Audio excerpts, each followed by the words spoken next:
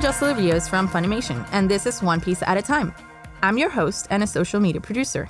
And in celebration of the One Piece anime's 20th anniversary, I'm watching the show for the first time, and every week, a seasoned fan rewatching the series will join me in exploring each episode following the Merry Route binge guide. So come on board on this adventure starting right now.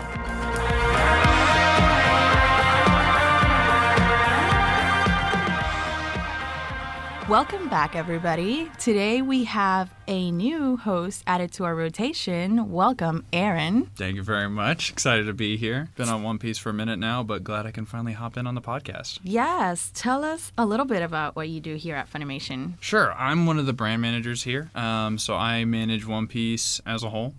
And it's been an awesome ride getting to know this amazing series. And I'm just glad to kind of be excited and looped in and considered a seasoned fan for the podcast. Yes, welcome. Thanks. So on the last episode, which was episode 35, we went through anime episodes 271 to 278. And we learned Robin's heartbreaking backstory where she lost everyone and everything, every single thing that she cared about. We saw O'Hara be destroyed by the Buster Call. We literally cried, Jonna and I, while doing the last episode. Luffy and the crew finally reach Robin and declare war on the government and help Nico Robin realize that she wants to live in that great scene. And then on this episode, which is episode 36, we will go through anime episodes 279 to 286, and we will take a look back at each of the Straw Hats stories before Enies Lobby continues. And we also get to meet Chopper Man. Yeah. First appearance of Chopper Man and Usopp. Yes. What's his villain name? Something like that? Yeah, Usopp, I think it was. It is great. Yeah. So I've been waiting for this since he first appeared on the ending a few episodes back, like just as the fan art was coming up, like little Chopper was flying, and I'm like, why does Chopper fly? I'm a big fan of Zoro Killer too. Yeah. With his lack of rice balls. He'll attack you if you don't have rice balls. Yeah. Episode 279, Jump Towards the Falls, Luffy's Feelings. So we have a new opening on this episode, and it's a new opening. It's a new version of the old opening. Exactly. I think it's called the Straw Hat version. I think that's how. Yeah. I think that's how people know it, yeah. And I think is it the voice actors, right? The Japanese voice actors singing the song? I think I heard somebody mention this on the internet. Yes, I believe so. I think that's why it's referred to as the Straw Hat version, because it's sung by the Straw Hats. Yeah. I sort of was expecting it to be in English because that's how I know we are. And then I was like, no. Yeah. Maybe we could do a dubcast version of it at some point. Yeah. I would love to hear Colleen and some of them right? sing it. Yeah. Me too. Well, honestly, I mean, Sogeking did a great job singing Usopp's song in English. His little song. Yeah, it was great. I think they could do great. But these are some juicy episodes you're getting into now. This is really kind of the height of this arc, especially with Robin's really huge moment. So it's kind of fun after you see her, like, amazing kind of heartbreaking backstory, which I think a lot of people consider one of the best moments of the series, one of the key moments of the series thus far, to now kind of revisiting all of the backstories and all of the things that led them onto Luffy's crew and kind of how they all came together just in time to kind of also then rehash Robin's really part of the crew now. Like in a deeper way. Yes, I totally agree. And what's cool about these episodes is that since this is the first time that I watched the series, there's a lot that I noticed watching all these flashbacks that I didn't realize that happened. And it's like super small stuff, but it'll be fun. We'll see. So we start the episode where we left off, where Usopp destroyed the flag and declared war. And Luffy hears Robin say that she wants to live. Yeah. And the Frankie fam crews make the drawbridge start coming down. And everybody's like in the expectation that this is going to be it. But it breaks. Yeah, exactly. It breaks. They build up all this hype and momentum and they say, but wait a minute. Yeah, exactly. Let's go back to little Luffy. And then Kokoro calls Nami in. And the reason I'm telling all of this is because we're going to go over this several times in the next 5 episodes. Yep. Kokoro calls in and tells Nami that they need to jump into the waterfall trust them. Trust me, do it. And Luffy just grabs everyone and jumps. And we will fall for quite a bit. Yes. Now. But I love the kind of, what I saw here was the metaphor of like, Luffy grabs all of them and takes a kind of leap of faith jumping down, just in time to go back and look at the leap of faith they all took individually, joining the Straw Hats, and kind of like, to me, that was the comparison they were kind of drawing there. Yeah. Because you go back to like, most of them are pretty unsure about Luffy as a captain, one, Yeah. and two, about becoming a pirate also, like, Yeah. especially Zoro. So I think it's fun how it kind of parallels there a little bit. Yeah, that's a great observation. That is true. Wow, good job. Doing my best. So, first flashback is Luffy's. Yep. And we go back to the Shanks story, back at the bar when the mountain bandits came in. So one of the first thing I noticed on this scene was Usopp, because now we know that Usopp is Usopp's dad. Yeah. So I was like, oh, there's Usopp. Little parallels, little things. Yeah, Yeah. no kidding. Shanks is still so mysterious at this point, too. You really don't get his deal. I know, and I tried to sort of listen well to everything that he said to see if there's hints of anything that I can understand now, but I didn't get much. I think the only thing I heard him say that made me question was when he's about to leave, he says, well, this was a nice extended vacation. So it made me wonder, wait, so is he not from there? Was he visiting and he stayed for any reason in particular? I don't know if it's important at all, but that's just what I It's interesting noticed. to see where your head's at. Yeah. Where you are now. Yeah. What else? Was there anything else that you I mean, it's noticed? always just fun to hear loud, obnoxious Luffy at a time when he's much angrier as a kid than he is now. You know what I mean? He's very, like, he has a lot to prove. He's much more easygoing now, and it's interesting to see how that changed, and I wonder, like, what the impact of this moment with Shanks, like, how that affected him growing up into becoming a little bit more laid back, a little more free-willing, kind of like Shanks is. That's true. I wonder if we ever see that, like that transformation. 'Cause he was definitely an angry kid. Yeah. Like, he angry ate that devil fruit like it was nobody's business. That's true. He immediately, like many of us, just was like stressed out, turned around and ate the nearest thing he could find. Yeah. The other thing that I realized was when Shank lost his arm, saving Luffy, like, not only did he just, was super nonchalant about it, he was like, it's just an arm. Yeah, exactly. Like, I was like, are you not in pain? Where's the blood? It transcends the entire thing of, like, material possessions mean nothing to me, to the point where, like, even his own appendages, like, yeah, exactly. I don't need these things. They're material. Exactly. I have another arm, and I'm like, well, what if you're left-handed? Yeah, no kidding. I mean, it's a setback. I gotta say, I think part of it's like, maybe he doesn't want to make little Luffy feel bad, because little Luffy's obviously there just sobbing, because he knows that he's kind of, his rash temperament is kind of what led to this situation in the first place. Yes. So we go to the part when Shanks and his crew leave, and Luffy makes his promise that he's going to be a pirate, gets the straw hat as a gift/reminder about his promise, and Claims he'll be king of the pirates. Yes, I think exactly. that's the first time he does it, right? Yeah. I think so. he's going to be king of the pirate. Not only a pirate, king of the pirates. It escalated pretty quick for him. He's overcommitting at a young age. Yeah. He's like, it's not enough now. Like, they disrespect me for wanting to be a pirate. I make him lose his arm. I'm going to be And now, you know part. what? I'm going for broke. I'm going to be king of the pirates. Oh, that's hilarious. Escalation. And he's been reminding us of it ever since. So we go back to present, and Luffy basically says it's been 10 years since that day. Robin, just wait for us, and to be continued. Yeah, exactly. And then we're just in suspense of the endless fall. Right. And then suddenly shift into Chopper Man wacky cartoon. Yeah. Like, what is going on? Straw Hat It's so Theater. fun, though. Yes, Straw Hat Theater #1, Chopper Man. And this is my favorite Love Chopper one, Man. to no one's surprise. So we have 5 of these after the next 5 episodes. And on this one, Usopp is the bad guy, and he sends his minions to kidnap Mafia, who is Chopper's assistant. But the minions kidnap Chopper Man instead. And he's super cute. He relaxes he asks for tea, and he's just relaxing. Oh, that's right. I forgot. Yeah, he's just making himself at home there for a minute. Yeah, that's true. Usopp is super Just mad. antagonizing He's him. Yeah.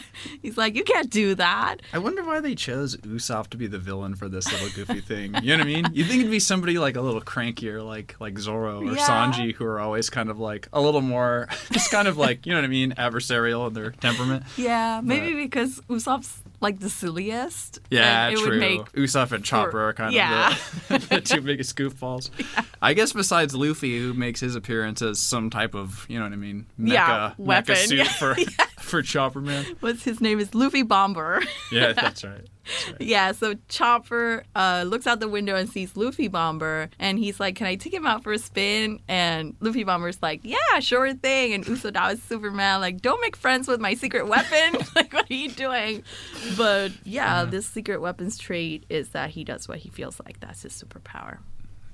Kind of just like Luffy. Yeah. And Chopper's superpower is Cute Spark, where he can make anyone do anything he wants with his cuteness. Clearly. And if it doesn't work, he uses his chopper violence, okay? His chopper violence.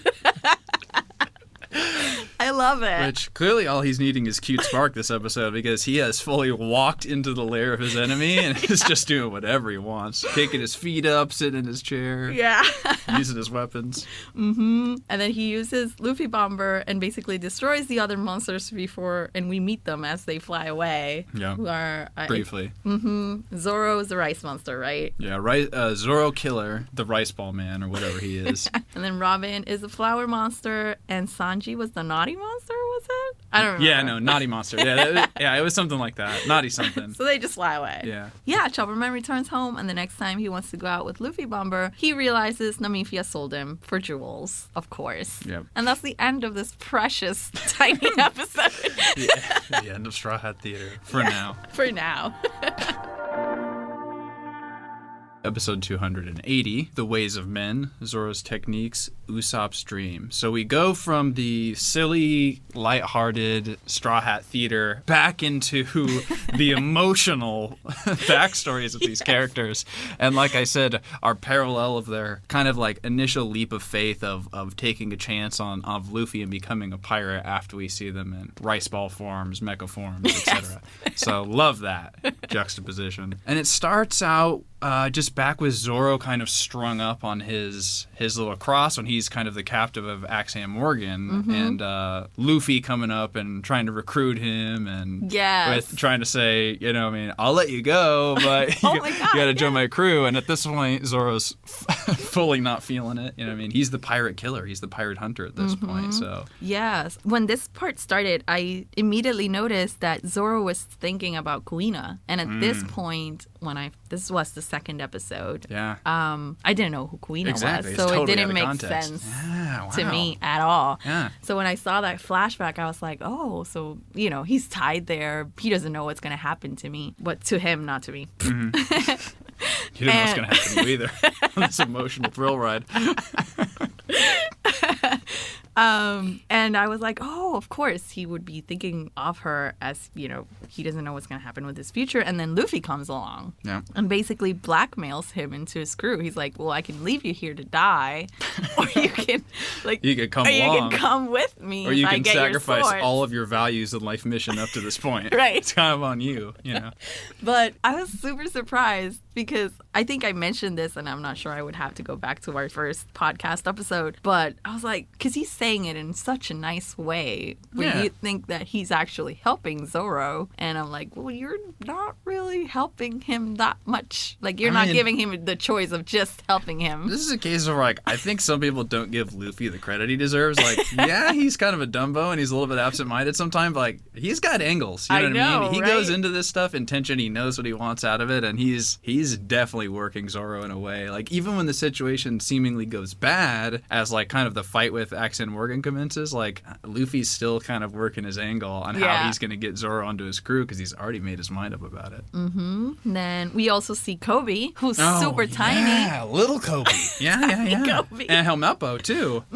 You see, and that's what I loved looking back on this, too, is I think of Helmeppo and Kobe as just, like, buddies now. Just as bros. And then you see Helmeppo, the first time I think think he appears in this flashback episode, he's got a gun to Kobe's head. Yes. Which is kind of wild to look back on how things have changed there, too. Yeah, and Kobe is ready to die. He's like, Luffy, don't throw your dream away for me. Like, and Luffy's like, you hear that? He's ready to die. Can you imagine being like an 8-year-old kid ready to and die? having that kind of grit? Like, holy crap. Like, I would have been just bawling. I'm kidding. Please save That me, was Luffy. way above what my like maturity level at whatever age he's at, I can't tell fully, was ready to handle, let alone like being so dedicated to something or someone to lay my life down. But you know what I mean? That's One Piece. You just met this guy yesterday. That's what I'm saying. These are driven, committed human beings in this series. That was the effect Luffy had on him, I guess. That's true. An inspiring leader. True. Yeah. Even before he had anyone to lead.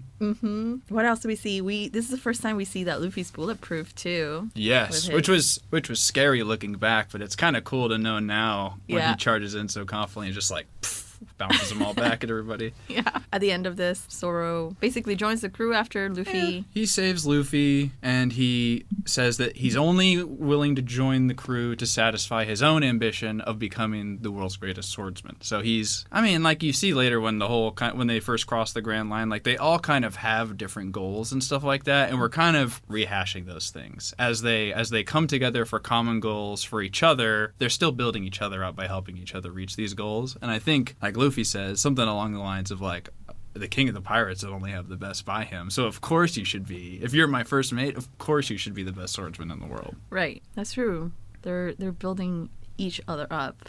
Yeah, while pursuing a single end, which is become king of the pirates and travel the Grand Line. Yeah. Find the One Piece. Exactly. Maybe one day.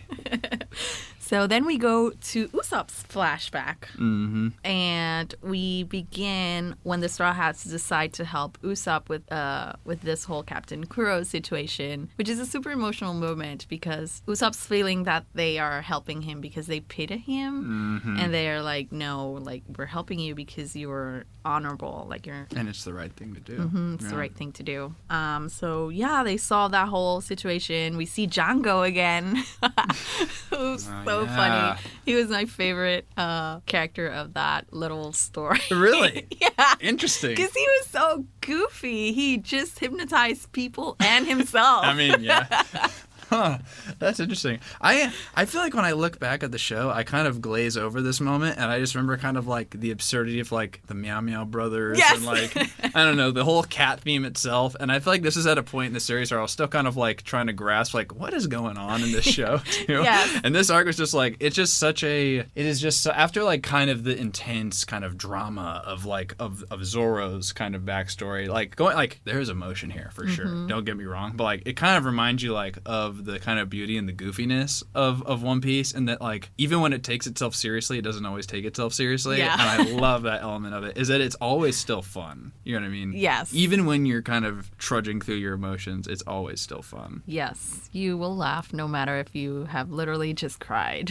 Exactly. And you do. You get emotional. You know what I Yeah. mean? Usopp's leaving a lot behind, and his moment of kind of standing up to Kuro directly before he knows that they're gonna, I mean, not bail him out, but help him out, you know what I mean? Assist him, because he's not strong, but he is brave, you know? He is. He's brave. I think we've commented this before through our podcast that sometimes we feel that Usopp could be one of the bravest Straw Hats because he's the one with the less power. Yeah. So it takes more from him to face all these situations than it would take Zoro or Sanji or whoever. That's true. And you look at like the kind of motivation behind each crew member joining. Like early on, you hear Luffy says like, "We need a cook, we need a doctor, we need a blah blah blah." You know what I mean? Right. Usopp doesn't fit into any of those roles necessarily. He's kind of one of the only ones. Right. And we never needed a sniper. Yeah, exactly. And that's the thing that I like about him too, is he kind of made that role for himself and made that niche for himself. And even in the interim,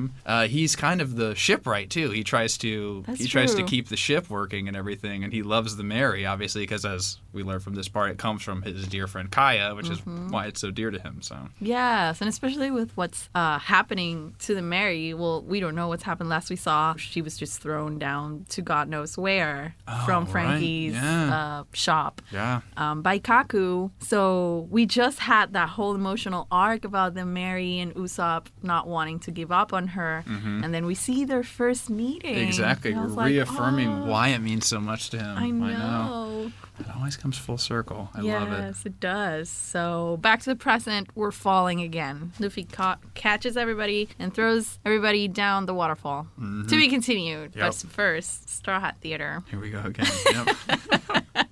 And this one is a news report on everyone's eating habits before Sanji came along. Oh, yes. I remember this now. And Luffy and Zoro basically say that they just waited for fish, for giant monsters to attack them. And then they not even really fish, like sea monsters. Like sea monsters, that they would kill and eat raw, I think is what he said. And then Luffy says he ate mushrooms that were growing on the boat. Somebody left them. Yeah, exactly. The reporter's like, no. I don't think so. Yeah. I think they grew there. I'm glad they drew attention to it, too, because before Sanji, it kind of is like, how did Luffy and Zoro, how did they survive? Just very absent-minded people, too, with Zoro always getting lost and Luffy just kind of going too gung-ho into every situation. It's kind of impressive that they did manage to make it as long as they did. For real. Enough to attract other people to join them. Right. Which is more impressive. Like, hey, you can join my crew. We eat mushrooms that grow on the moldy wood. There's a lot going on here. But hey, I'm going to be king of the pirates. But it worked.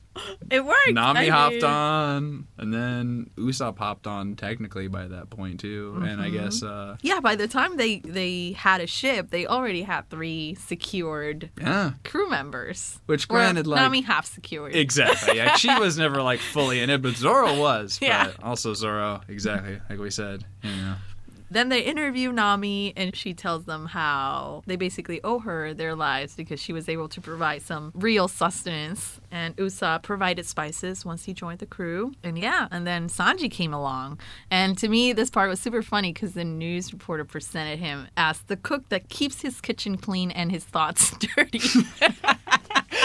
Which goes into his Straw Hat Theater, persona of the naughty man or whatever. Yeah.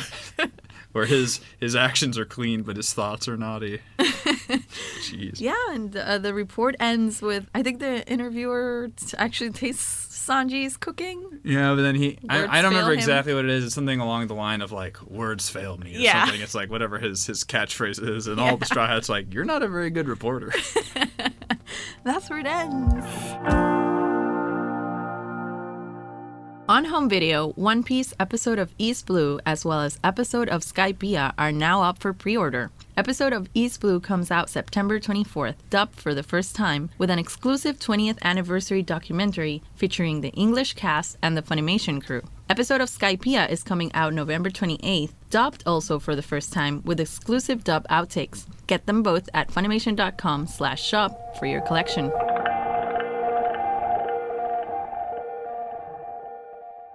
Moving on to 281, A Bond of Friendship Woven by Tears, Nami's World Map. So, back on top of the courthouse. Yeah, we're jumping off again. That leap of faith. Hopefully Kokoro's got them under there. Hopefully she's down there in the Rocket Man. Hopefully. But at this point, I know this by heart. I feel like I know this the whole scene by heart. By 3 or 4 times in a row. I do like it that, every time we at least get, a little bit of something different. On the last episode, we see Usopp saying that he's trembling with excitement when he's, shaking with fear. Love that. So, Nami remembers Arlong Park, which was a super, super emotional roller coaster of its own. Oh, yeah. That was the most dense origin story I think we had gotten up to that point, for sure. Before Nico Robin, this is the next one that was Robin raises the bar. Oh, certainly, but way above Arlong Park. And the parts that stood out for me here was when the villagers were standing up to Nami. I think maybe I didn't realize this because at first I was just trying to understand this story because it was so complicated. The whole thing with Nami and her mom and the money that she had to raise and if she was really a pirate or not. Yeah. If she really killed Usopp or not. Like, I was trying to just grasp all of that in my mind. So the villagers stood up to Nami and they were really serious about it. Like, they were really ready to go face him and die. I know. To, I guess liberate Nami from her contract or whatever. I think they know. I think there's that little moment with Nami and her sister, and she's kind of pointing out that, like, the only time they've really seen Nami smile is when she's with the Straw Hats. And I think at this point, because Nami's been gone for a little bit and comes back, that the whole village kind of knows, like, what she's been doing for them, what this new kind of, like, life means to her, and how she's essentially, like, trying to give that up again for them. And they're kind of finally like, no, it's time for us to kind of take our problems into our own hands instead of letting this poor little girl. I mean, not that they're not all kind of suffering under, control of Arlong as well, but, like, really, Nami's got the brunt of it. And I think you really feel that when you're in her map room when Arlong and Luffy are fighting. Yes. Also, the stabbing part was just as bad for me this time around. Her just yelling Arlong and stabbing her hand. The tattoo. Yeah, handing her arm. Yeah. And I was like, God, this is so hard to watch. No kidding. But Great that's why it's so great whenever... And that's why you're glad that you've seen the Luffy origin story again right before this, too, when he puts the hat, the straw hat on her head while she's crying and turns around and is like, of course I will! You know what I mean? I love that. I love that kind of moment, like, just so extra. Yes. Can't just be like, of course I'll help you. Turns around, takes a few steps forwards, dramatic pause, and then just, like, shouts to the heavens. Yes. Love it. Yes, I love it. I love it also because at this moment, this is exactly what Luffy was waiting for from Nico Robin also. Like, he was waiting for her to tell him that she wanted his help, basically. Yeah. Like, that they need him in the way that he needs them to Exactly. make his crew and to, Another thing I noticed when Luffy was in the map room with Arlong is that Arlong actually bit on Luffy's neck like a shark would. And I was like, whoa, how come I didn't see that before? Huh. Like, I was like, I just remember the fighting. I didn't remember him being a shark. I was refreshed with my wincing it when Luffy, like, breaks His Arlong's nose. I was like, oh, gosh. Like, that doesn't seem like it can be fixed. Yeah. And also, I didn't remember that Arlong's, his, like, weapon, his, like, big sword thing is basically like a saw, like his nose. I don't know why, but, like, looking back, I'm like, oh, what a fun little, you know what I mean? True to his character. I don't know how I didn't catch that the first time around. So, Nami remembers all that, and we go back to the present, and we hear her reflecting about it, and she says, I was saved by my truest friends, and this time I'll be right beside them fighting for you. So it's pretty cool because this is Nami's chance to do the same thing for Robin that the Straw Hats did for her back in Arlong Park, which, the feelings. I know. They skip over the fact, too, that Zoro's, like, fighting that octopus guy underwater or whatever for so long, too. Right.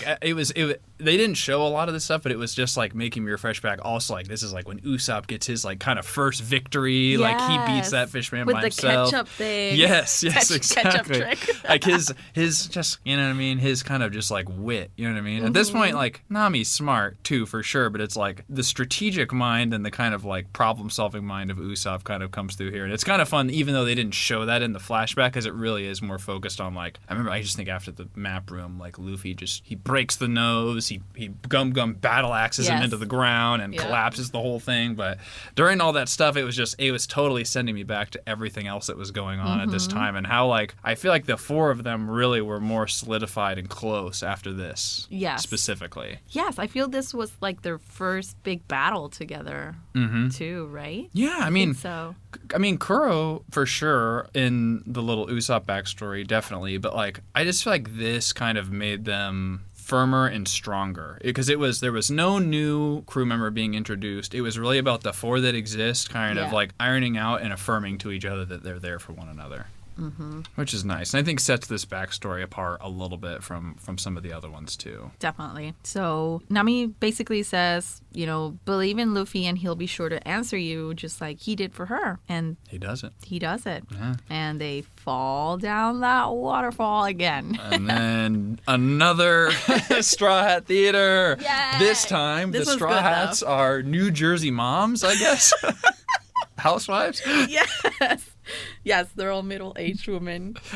Oh my god. And then it says like who would be the strongest at the beginning. Who did you think was going to be the strongest when you first saw this? I knew it was going to be something goofy, but I kind of thought maybe Chopper. Yeah. Because of Chopper Man, but I'm perfectly satisfied with Landlord Nami. Yeah. kind of reigning supreme at the very end. After they're all causing shenanigans at the grocery store and all that kind of stuff, which, I don't know, you just kind of wonder, like, where is the inspiration for this stuff coming from? I love it. It's so bizarre. Too. So, yeah, we go through each one of them. Obahan Luffy was talking about all the meat recipes that she was gonna do. Meat soup and meat rice balls. Everything was meat. Miso. Meat miso, yeah. And then Zoro's middle-aged woman was trying to make sashimi and broke the kitchen. Very on character. That's right. Also, I loved the voice. Oh, me too. Oh my gosh, yeah. Well, I just love the moment when Luffy bursts in and is like, "I need to borrow some soy sauce," and he's like, "I cut it in half." Also, it's like, oh no. Right. I feel does middle-aged Luffy, Obahan Luffy, have sort of a New Jersey accent, right?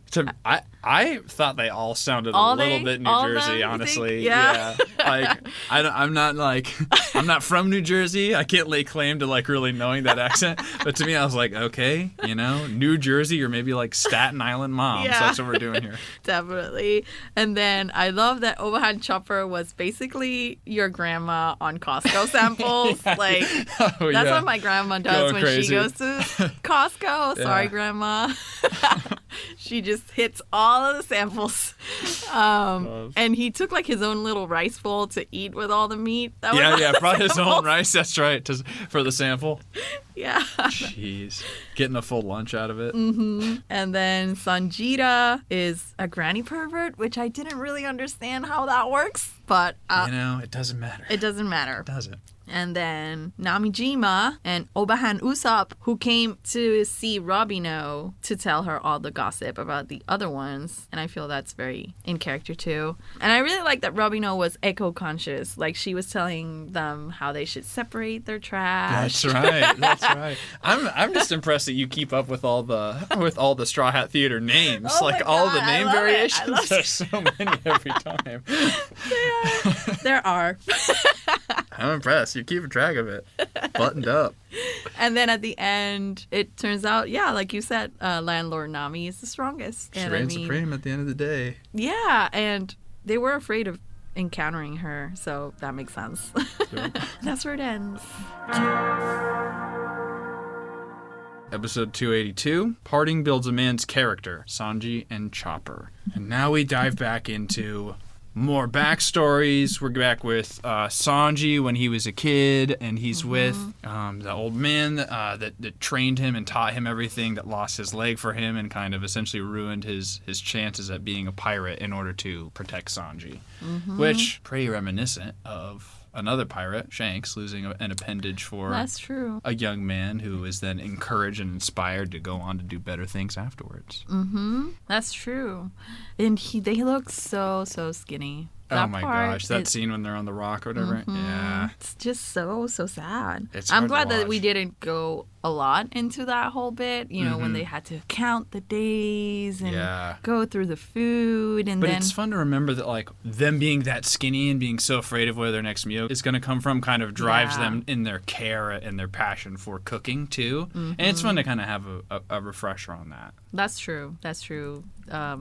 It reminds us one of the things or one of the reasons why cooking is so important to Sanji, or making the best of each meal. Yeah. Then we see where Sanji is about to try and fight Krieg, and Luffy and Sanji have this argument because Luffy's telling him like that Seth didn't save him so that he could just die and sacrifice himself. Yep. That's all that wasted effort. He saved you. It's so you could continue doing great stuff, not just to die. And it's a good good parallel with what Robin's going through. Like, there's no need to sacrifice yourself. Like, there's no need to die. Yeah, it's not chivalrous. It's almost like it's really the easy way out for them. And Luffy's saying, like, it takes character and bravery to live your life to the fullest and to go after your dreams than to just call it and not go on the adventure and take it easy. Exactly. And then we see Chore Boy, Luffy fight Krieg, and we see how everybody's so impressed about Luffy's fearlessness. This is the first time, or at least for me, I remember thinking this back when I saw this episode the first time. This was the first time that I thought that Luffy could really, really be hurt. I mean, I knew that he wasn't going to die or we wouldn't have any more One Piece. Yeah. But I was afraid of how long was Luffy going to be out of commission after this fight, because it was a hard one. And I feel like this is the first time we realize how determined Luffy is when it comes to the things he wants to do. Like if he wants to fight somebody or protect the Baratie or whatever it is he wants to do, like he's not afraid to die for it. No, and but he's resilient. You know what I mean? He bounces back almost like rubber. You know, and then always pulls it out. He always pulls it out. And Seth says, is it all instinct or does he have a plan? And I still don't know.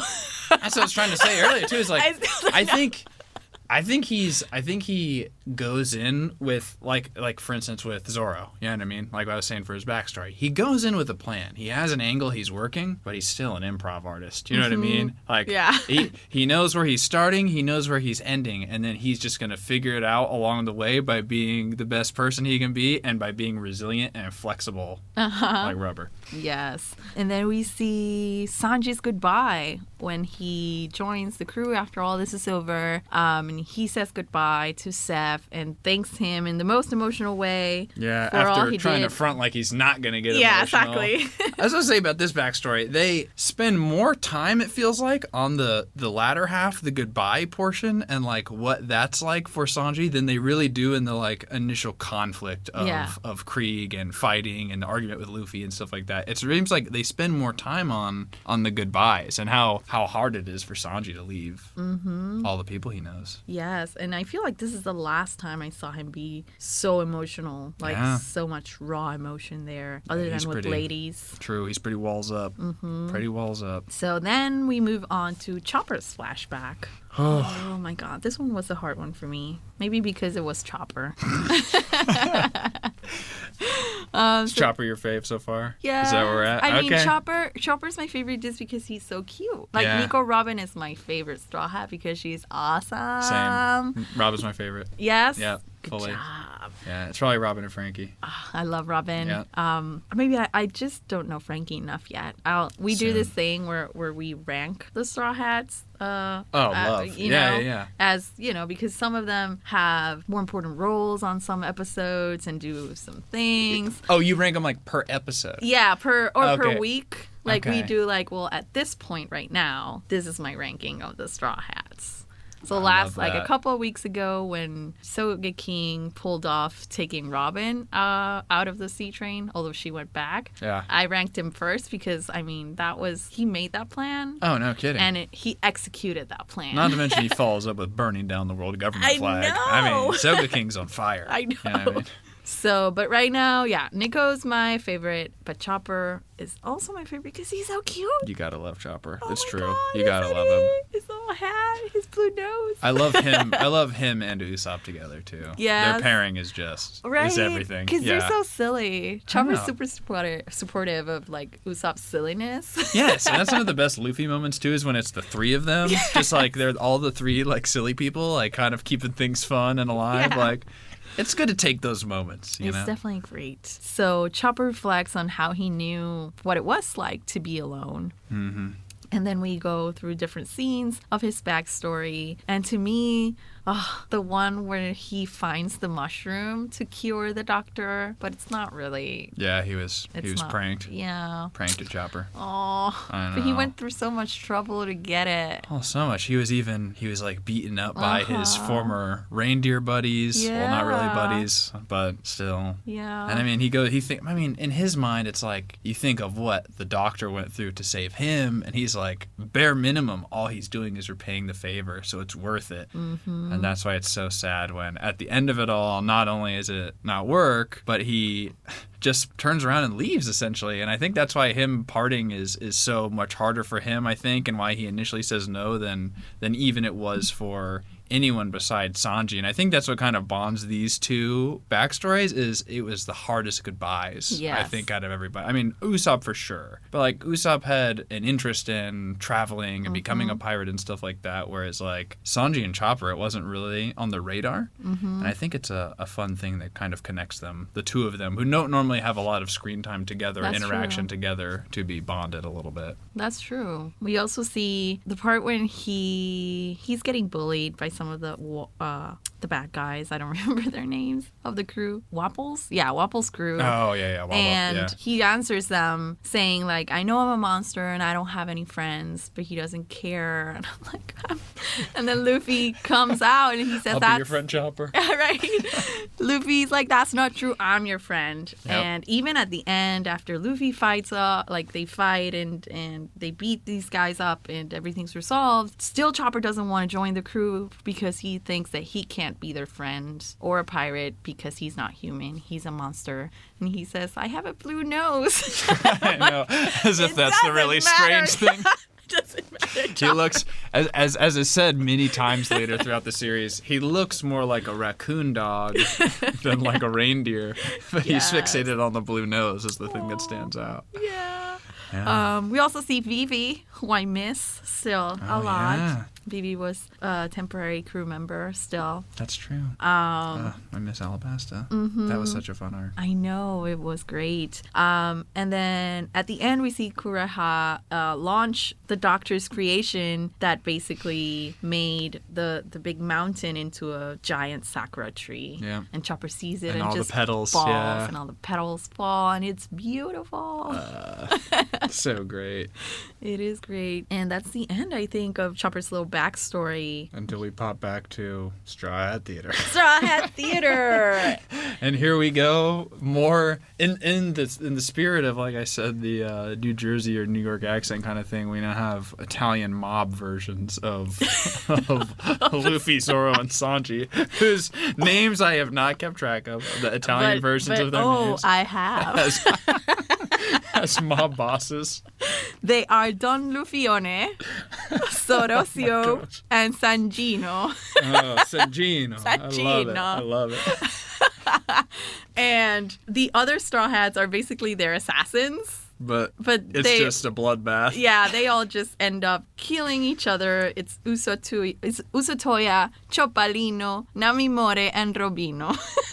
Jeez Louise. And they basically Nami kills Sanji, and then Zoro tries to get Robin to kill somebody else, but Robin kills Zoro, but he kills her at the same time. And then I'm like, what is going on? And then Luffy wins. Luffy wins. He's the one left standing. Eating meat by himself, and he realizes it sucks. It sucks to be the only family on the block. You know, without his friends, you know. And that's the end. It's always back to friendship. Yep. That was super fun, though. It was. I think that was my favorite of the Straw Hat Theater ones, honestly. I love Chopperman because Chopperman's adorable, but I think I laugh more during this one of just the madness of them shooting each other. I think I did, too. So let's take a little break before we continue on episode 283.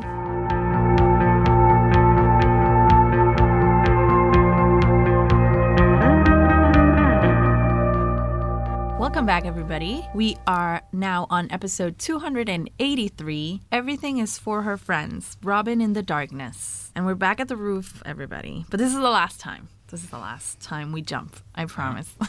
So this time we have a Nico Robin flashback that's basically taking us through everything that Robin has gone through since she got separated from the Straw Hats in Water 7. Yeah, just a recap of what got us exactly where we're at now. Exactly. Just kind of nice to refresh our memory after we've been kind of on other topics for a little bit. Mm-hmm. So we see Iceberg telling Nami about the conversation that he had with Nico Robin Robin back when she was about to kill him. Mm-hmm. She tells him about her wish to have the Straw Hats live, basically. And a thing that stood out to me was when he mentioned Ohara, and she was like, in a super serious voice, told him like, you don't know a thing about Ohara. And now I was like, you don't know a thing, Iceberg. I know. I know. I see why she's so passionate about it. And like him trying to, you think about him trying to tell her essentially like, stop. Like you're essentially like in his mind, like your hobby of researching the poneglyphs is like equipping you and making you dangerous in a target. Like if you would just give up this kind of archaeological pursuit, they wouldn't go after you. But to her, you know what I mean? She's carrying on the legacy of Ohara and everything that was destroyed and her family and her friends. So yes, it means so much more than just finding the history. Yeah, her satisfying some itch she's got to learn. You know exactly. what I mean? Yeah, it's sort of her mission. Like it's that or it gets lost forever. Yeah. So yeah, we see this whole recap of the Straw Hats leaving Water 7 on Rocket Man and Robin in Enies Lobby. And we also go through Robin's past, like a little summary, so we have to do the tears again. Yeah. It was very emotional to me, even as I've watched this part probably, 10 times now since the first time I watched it, and then to take notes, and then now through the recap. And still, I don't know, it's hard every time I feel there's no way to desensitize myself. No kidding. I mean, it primes you for everything that Robin is overcoming, like on an internal sense, as she kind of like breaks through. But also, to me, very importantly, plot-wise, it's refreshing your memory on how devastating the Buster Call is, and reminding you that CP9 technically has permission to call one against the Straw Hat specifically. Right now. Yes, looming over you with that threat in the background, having just been reminded of the devastating effect it can have, and that it is directly responsible and a big source of Robin's very obvious kind of Stockholm syndrome / PTSD, where she feels like she is trapped and just belongs to whoever to avoid the Buster Call. I do want to call attention to how long Luffy was stuck between those two buildings. That drove me crazy. And then Nami goes up and is like, Luffy, you idiot, like you've been trapped there, and like because of that, like all these bad things happen. And then suddenly Luffy's like, that, and breaks out. I'm like, okay, bro, now you're breaking out of it so easily. Like, right, I think it was a couple episodes that he was trapped in there, and we were trying just to solve this whole Robin thing. Yeah. And they were just stuck there. It's cyclical a little bit. You start to notice after a while of like, Luffy is gone, Zoro is lost, the two heavy hitters are like out of the picture, and the rest of the Straw Hats kind of just have to figure it out until they can kind of like get them back and have the big fight and the big final conflict. But I thought it was pretty funny. You know what I mean? Just kind of like Luffy being Luffy, like really serious stuff going on, super emotional stuff with Robin's backstory, but Luffy's, you know what I mean? He's just like cheeks are squished like between the buildings. Yes. Yeah. But he does freak out as soon as he hears that Robin is still their friend. Yeah. That was nice. Yeah, that he knows it wasn't. Yeah, that she wasn't actually trying to kill Iceberg, and I don't know. Well, I mean she was, but for different reasons than he had really thought. Exactly. And I'm glad we got to revisit that quote from Saul, her friend on Ohara, of like, no matter who you are, ain't no one born in this world to be alone, and kind of like how that rings true as he's like dying before her from Aokichi's ice. That was such a great moment for me, and I loved kind of revisiting that again too, kind of towards the end of this episode, all leading up to her reaffirming I want to live before it ends. And that those true friends that he was talking about are exactly. The Straw Hats. Yeah. Oh yes, that part was so heartbreaking. That and the derishishishi. Oh yeah, the laugh. A laugh, yeah, when she was just laughing as she left on the boat that Aokichi made for her with the ice path. She was laughing as Ohara was burning behind her. It was. I know. I know. God. So then we go back to the roof for the last time, everybody. I think, or maybe not.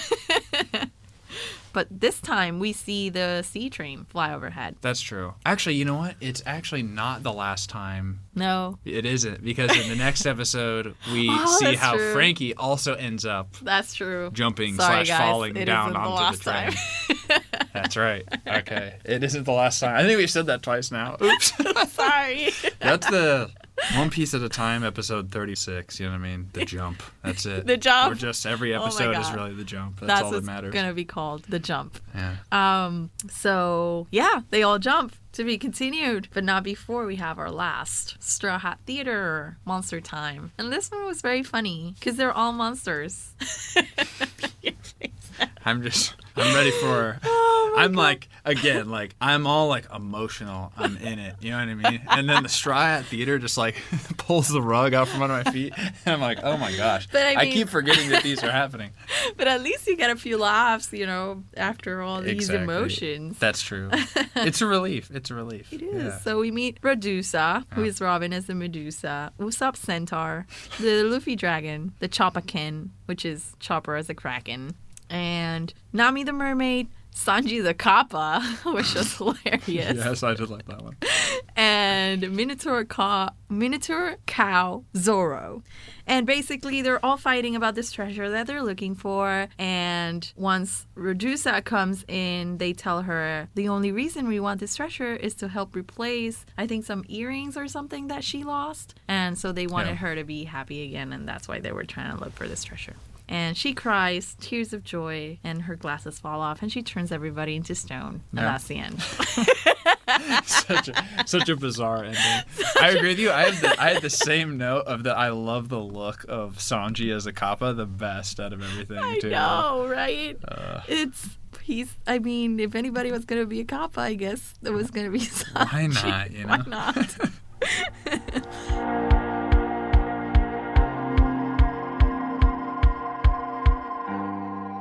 Now we're going to our social question where we ask every week our fans to give us some input about the episodes that we are going through. So this week's social question was, which Straw Hat Theater short did you enjoy the most? And so I counted the tallies for each social platform to give everybody a chance. And the results were, on Twitter, number 1, Obahan Time, which was a middle-aged woman. That's my pick, too. That's usually my pick, too. Number 2, the Mafia one. Number 3, Chopper Man, for the interview, and no votes for the monster on Twitter. Yeah, I say the monster. Which was surprising. I think the monster's my least favorite. I know it's tough. I love the Mafia Dawn one, honestly, too. It's the Mafia. Yeah, I don't know. Those might actually be a tie for me now that I think about it. I think they were all great. But yes, I would have to agree that the Obahan and the Mafia ones were the ones who made me laugh the most. Just so out of left field. And at Steve Yorko on Twitter said, Obahan Time is a national treasure. And I think I'd have to agree. Love that. And then on Facebook, the results were number 1, the Mafia shorts, number 2, Chopper Man, 3, Obahan Time, then the interview, and then the monsters got 1 vote at least on Facebook. It differed that much, huh? Interesting. I mean, at least we have the same top 3 on both, which Yeah. are Mafia, Chopper Man, and the middle-aged woman. I'm biased. I still think Chopper Man is number 1, but Fair enough. But yeah. Fair enough. And then on Facebook, Chris Lang commented, my favorite was the one with the interviewer. There we see the Straw Hats as themselves, as opposed to some bizarre alternate universe version of themselves. That's true. That's true. It's kind of just their natural silliness instead of like filtered through Italian mob silliness. You know what I mean? Yeah. Which I also love. But Chris, if you close your eyes, you can see how cute Chopper Man is. With a little imagination. Yes. Well, thank you, everybody, for all of your answers. They were all great, as always. And don't forget to be on the lookout for our next social question on Facebook at One Piece Official and on Twitter at One Piece Anime.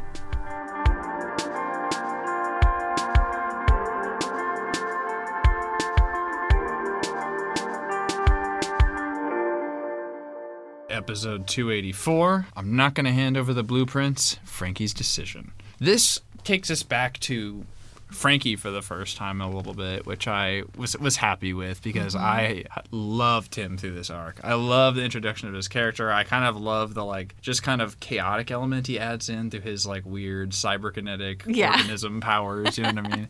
And then it kind of goes to Baskerville, the three-headed guy, and then you learn he's not a three-headed guy. he's three weird guys that are all together. And Polly and Zombie are like, why do you do this? And they're like, we're the best of friends. We're all best friends. Of course we would all huddle underneath one shirt and pretend to be a three-headed being. Of course we would. I have to revisit some of my friendships. I know. Yeah. If you're not close enough to all three huddle under one shirt and pretend to be one being, then really are you even we friends? The best of friends? Yeah, it's a new. The bar's been set. Mm-hmm. The bar's been set, One Piece fans. By Baskerville. We see a bit more of the perspective of the Frankie fam when they were lowering the drawbridge. Yeah. They're trying to save their bro, right? This is the whole reason they came here, to try and save Frankie. Yeah. And it turns out that Frankie had the blueprints on him all this time. He sort of pulls them out from somewhere that we don't see. Yeah. He just shows them to everybody, and he sort of flips them so that the CP9 shipwrights can see that they're legit. Mm-hmm. And he says, the blueprints were passed down in case they needed to be used, in case the world needed them, in case somebody found the weapon. Yeah. The other weapon, somebody would need to make another weapon to counter it. To counter it. But since the Straw Hats are here for Nico Robin, the government won't be able to get that weapon, and she has no intention of finding the weapon to use it. So he feels he would rather destroy the blueprints rather than have the government have them. So he's basically placing his bet on the Straw Hats succeeding in rescuing Nico Robin, which is a pretty bold statement for... I mean, I think he's smart. He knows that the information in Robin's head is safest with the Straw Hats. Mm-hmm. You know what I mean? To protect her from falling kind of into the wrong hands, because at this point, as we saw from him kind of crying over the you guys are so cool, whenever you know what I mean, everything comes together and they burn down the flag and all that. I think they've very much established their kind of credibility in Frankie's eyes, and now in this moment that's coming to fruition for him in an actionable sense, and he's like, I trust them, they can handle this responsibility. Yeah, and I feel like it says a lot about him and how he's really gotten to know and analyze the Straw Hats, because when they first met, they were enemies. Yeah. They wrecked his home. He beat up Usopp. Exactly. Yeah, and then now look at him. You know what I mean? And now he thinks Usopp is so cool after kind of calling him a weakling and beating him up and stuff like that. Yeah. I love it too, but I also love the moment when he burns it, of just realizing that literally this 5-year espionage mission that Kaku has been on, and then all the CP9 has been on pretending to be shipwrights, is just up in smoke. Yeah. Just like that. It's gone. Yes. I think one of them says it. I think it's Khalifa or something. She says well, there goes 5 years of a mission. And it's true. Spent on a mission. This super elite squad at the end of the day is completely thrown into disarray by a group of goofy pirates and one cyborg, who's powered by Coca-Cola. Yeah, and also they were looking for these blueprints for the longest time, and he had them on himself all this time. The whole time. Probably behind the cola. Yeah, exactly, in his little fridge compartment. Yeah. So he sees that his family came for him, and he starts crying again. Which is again. Special, too, because he knows he's not alone either, just like the Straw Hats. Right, because nobody asked them to come, and he's super moved by it. And we see before the Straw Hats jump, Spandam actually pushed Frankie down the waterfall. He gets too mad, and also, Frankie... Way to let your guard down with the super dangerous group. Right after you burned their mission of 5 years in front of their faces, it's oop, that's done. Let what me up, stand fam? here. You know what I mean? Calling down off the edge of the castle. Glad you guys made it. Obviously they're gonna strike. Shoved, and then of course I'm glad, because he ends up back with the Straw Hats on the Rocket Man. Yep. The Straw Hats jump, and Rocket Man flies over and catches, I say, quote unquote, before it's going to crash into the Tower of Law. And that's where it ends. Yeah. I do want to mention before we move on to the next episode that we have a new opening, very appropriate for the early 2000s. It's called Crazy Rainbow Star, and it's a very 2000s alt rock song. It's very catchy. I don't know how I feel about it. Interesting. But I do know that I broke MJ's rule. She's going to listen to this later. No, what's her rule? And I Googled Crazy Rainbow Star because I wanted to know what it says, because it part of it is in English. All I can think of crazy, crazy rainbow star. Da, da, da, da, da, da. That's all I can think of. So, and the first thing that came up on that search was a Reddit thread that asked, why does everybody hate Crazy Rainbow Star? People hate it? And I was like, people hate This it. is news to me, too. I know, it's so catchy. Huh. So I'm wondering if anybody knows why people hate it. Just let us know on our social media, because I'm very curious to know why. Yeah, what is they could have such a strong opinion? Huh. Yeah.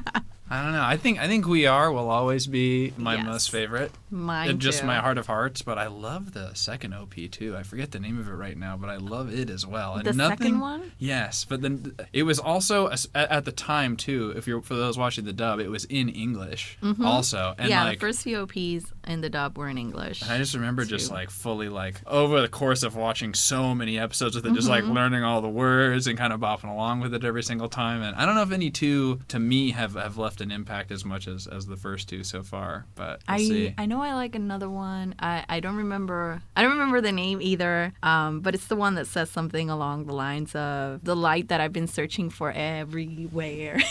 Oh yeah. I really like that one too. What's that? I think it's the third or Yeah, fourth. I would say maybe 3. Is this the 5th one now? This is the no, I think it's number 6 or 7 if I'm not mistaken, man. because this is like the second or third that hasn't been dubbed. We're into it now. We're into it. We are into it. full on watching One Piece. I You know what I know. mean? For a while you're just dabbling. You're full on watching it now. You're in the thick of it.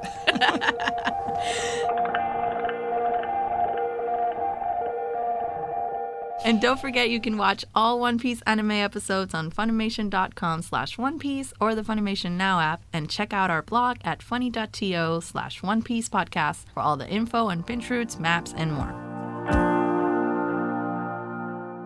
Episode 285, Obtain the 5 Keys, the Straw Hat Pirates versus CP9. Ooh, I've been waiting for this. Yeah, for a love this while. one. We're back into it now. Yes. You know what I mean? We're on Enies Lobby. We're watching the show. We're No back more in the start. falling down the waterfall. We've This been time it's primed. for real. We're refreshed. You know what I mean? We're Yes. brought back and we're ready to get into it. Yes.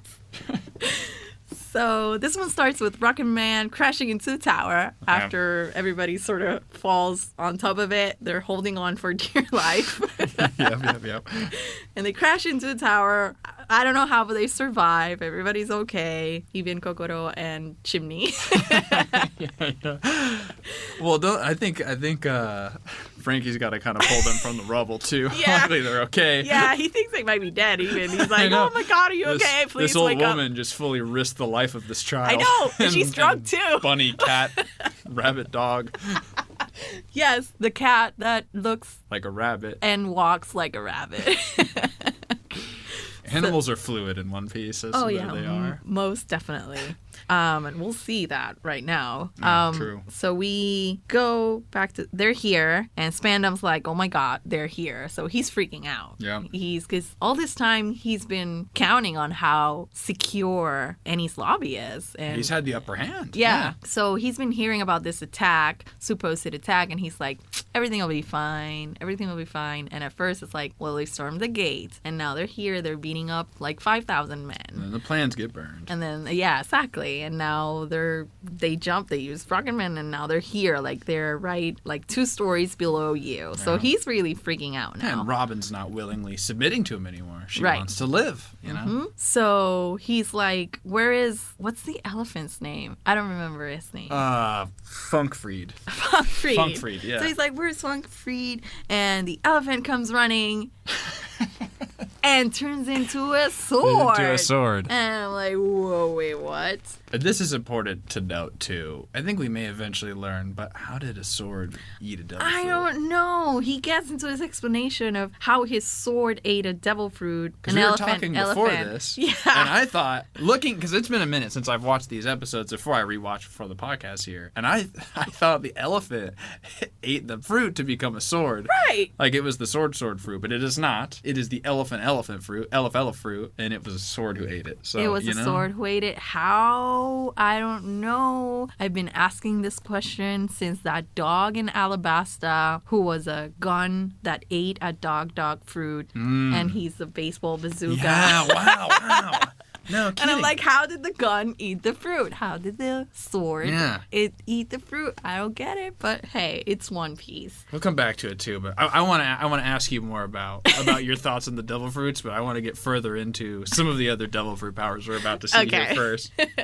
So everyone heads for the staircase, and they see Fukuro, the blabbermouth CP9, who can't keep information hidden. Whatever it is.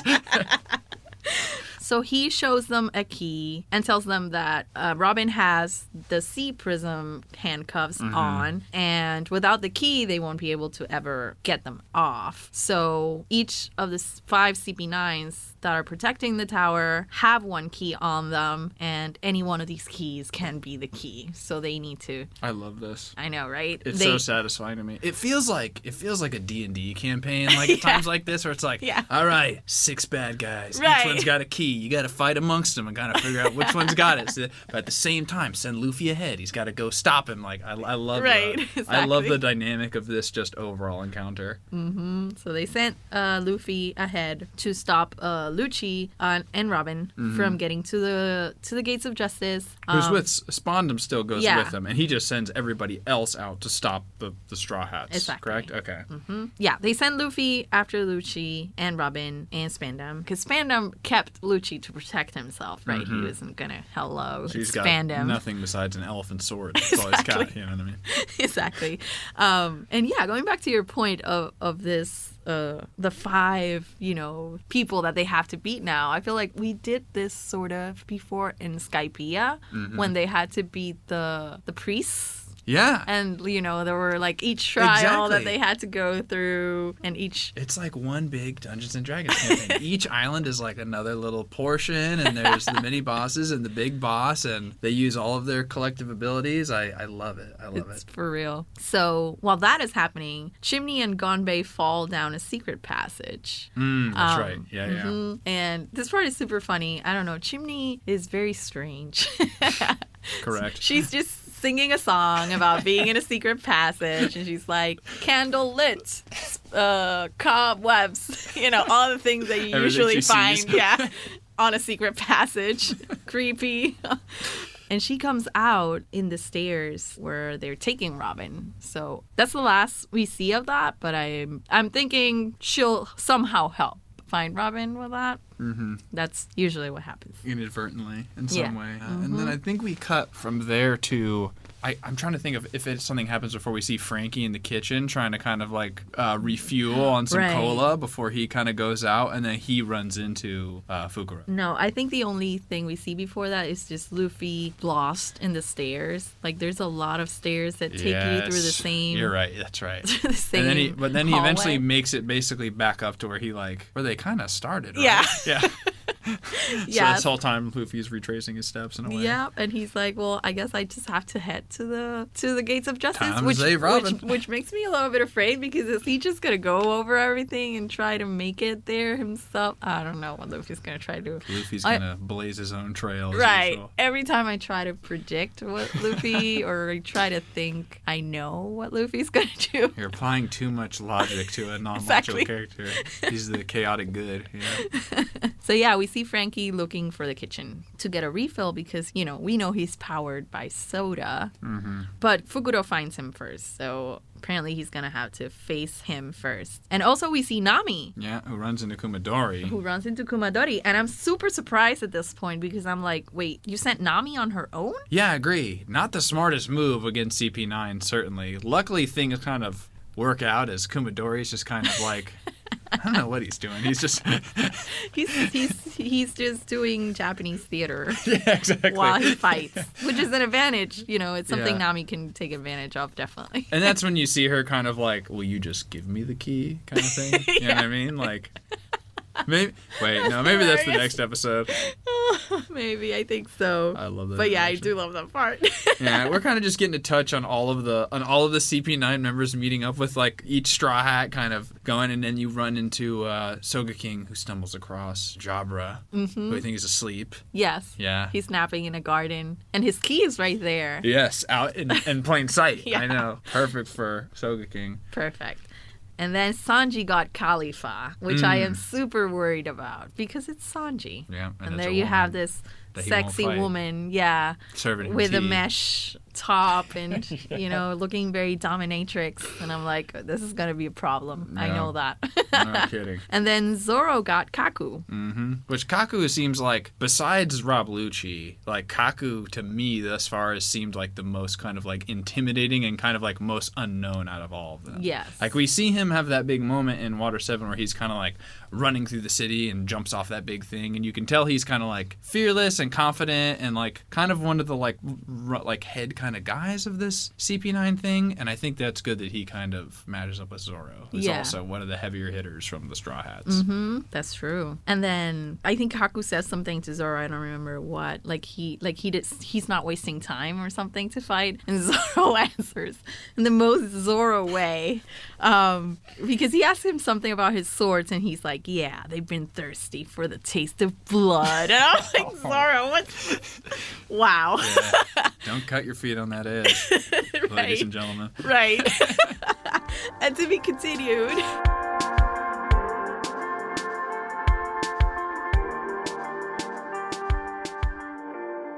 Episode 286. Devil Fruit Powers, Kaku and Jabra transform. So we kind of start out and we're back at Nami with what I kind of touched on earlier, where she's like, I can't fight this guy, probably. Yeah. You know what I mean? CP9's kind of above my ability level here. And she kind of just asks him, like, can I have the key? And then he apparently has lost it and is searching for it. He can't find it, which is pretty fun. I wonder what he would have done if he found it. Like, give it to her.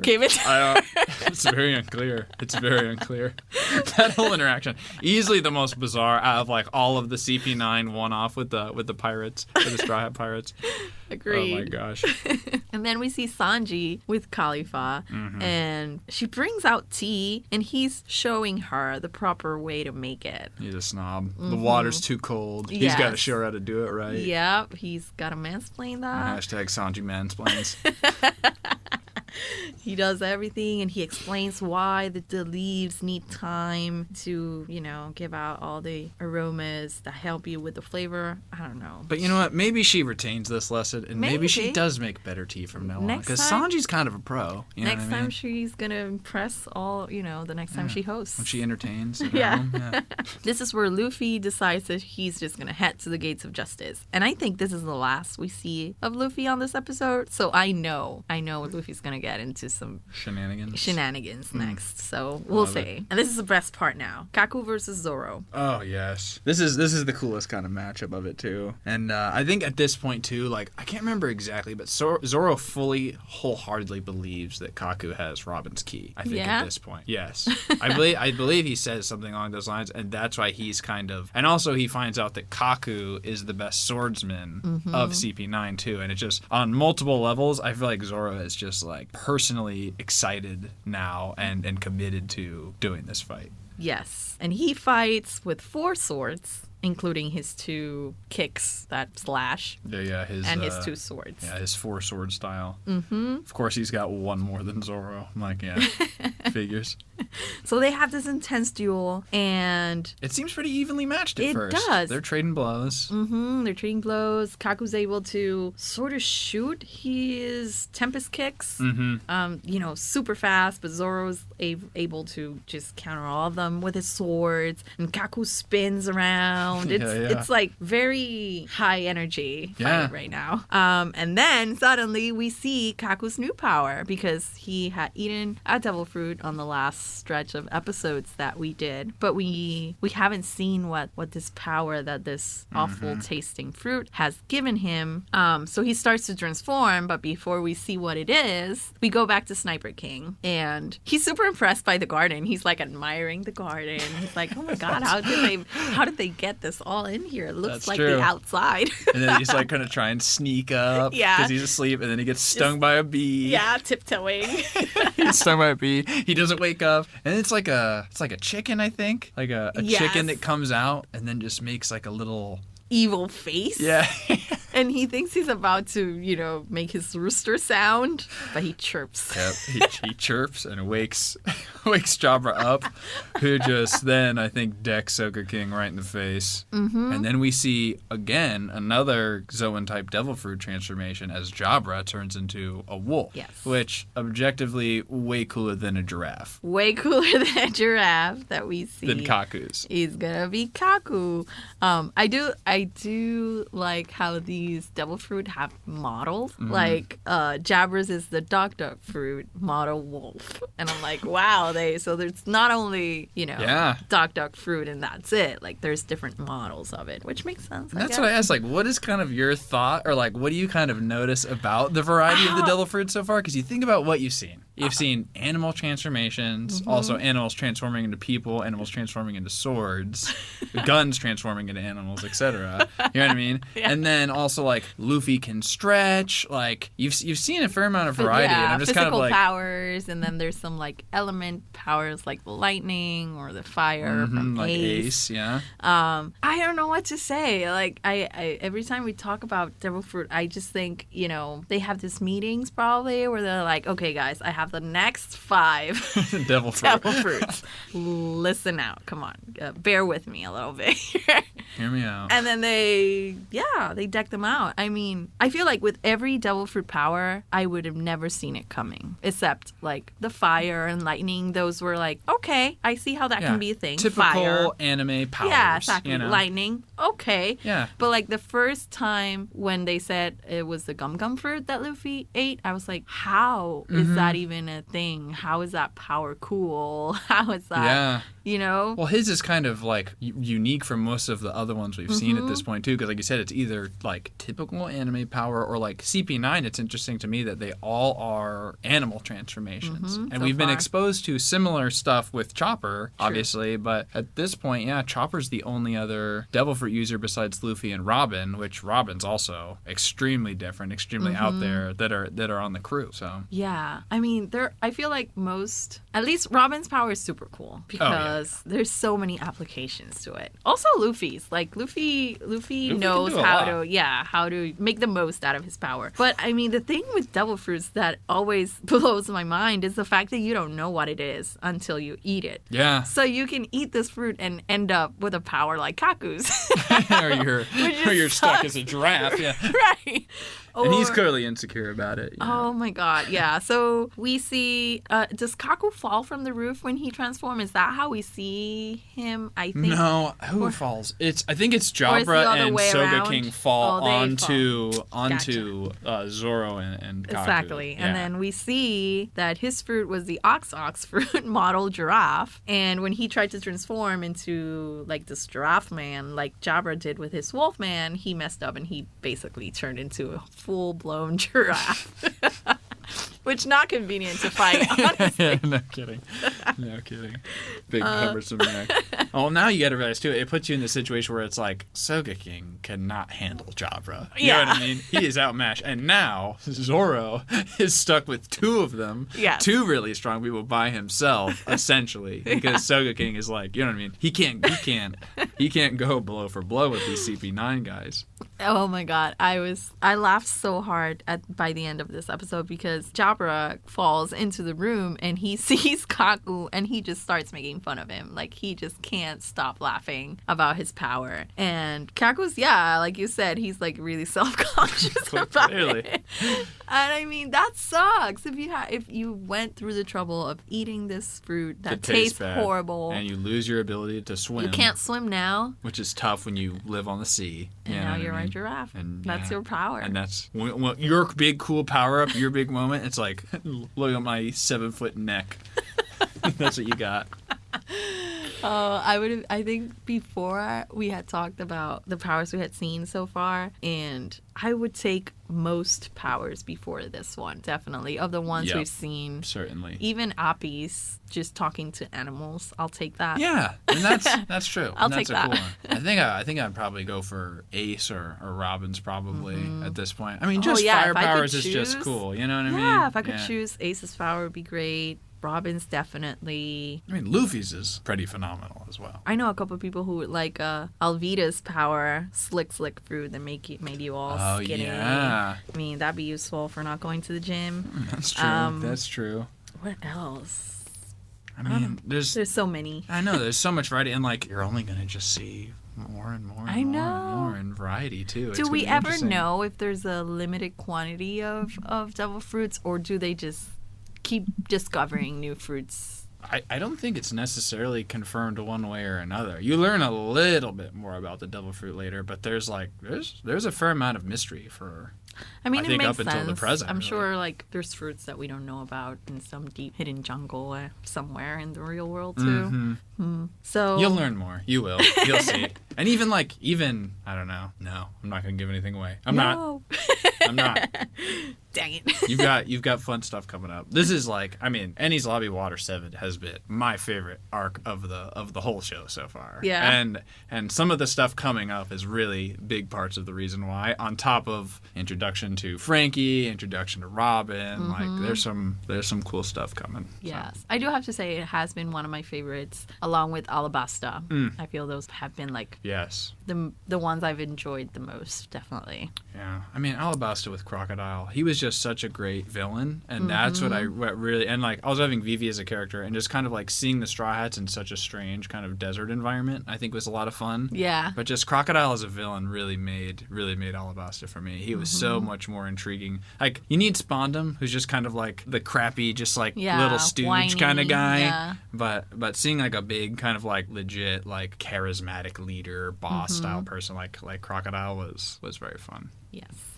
So by the end of this episode, we basically see Kaku try and show everybody that he has powers, okay? And they're good. That he has devil powers, just like everybody else. Just like everybody else, and they're useful. And the giraffes are cool, okay? Okay. You'll think it by the end of this.